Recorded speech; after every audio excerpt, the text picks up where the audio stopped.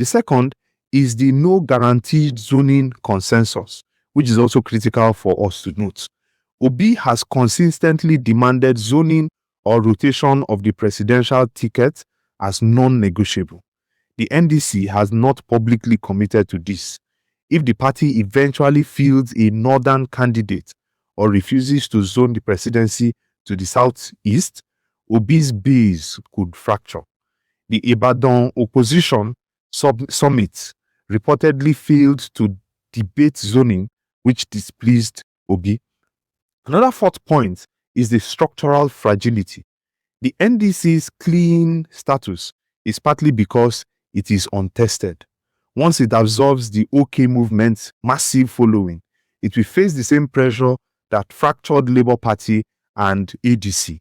Obi himself warned that the same Nigerian states and its agents that infiltrated Labour Party and ADC could target the NDC next. Without institutional antibodies, the party may just be as vulnerable. Fourth is the big fish and small pond problem.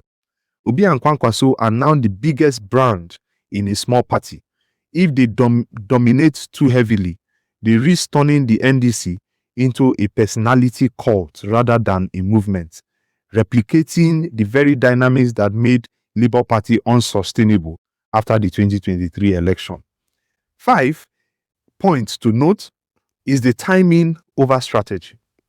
The move was driven by an artificial deadline rather than organic party building. Buba Galadima's warning at the OK Summit was telling. He said, if timelines are manipulated, can the party even produce a candidate?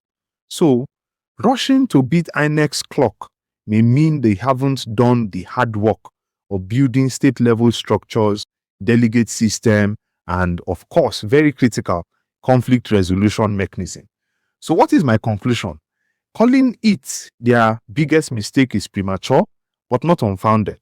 The immediate alternative, which is staying in ADC, was clearly worse. So the move is defensible as crisis management. However, if the NDC proves to be merely another temporary vehicle that collapses under the weight of their ambition or government interference, as the case may be, then yes, this will be remembered as a strategic error. The critical variable is whether they can convert the NDC from a refuge into a genuine institutional alternative before 2027. If they fail, the political nomad narrative becomes self-sufficient. What do we think?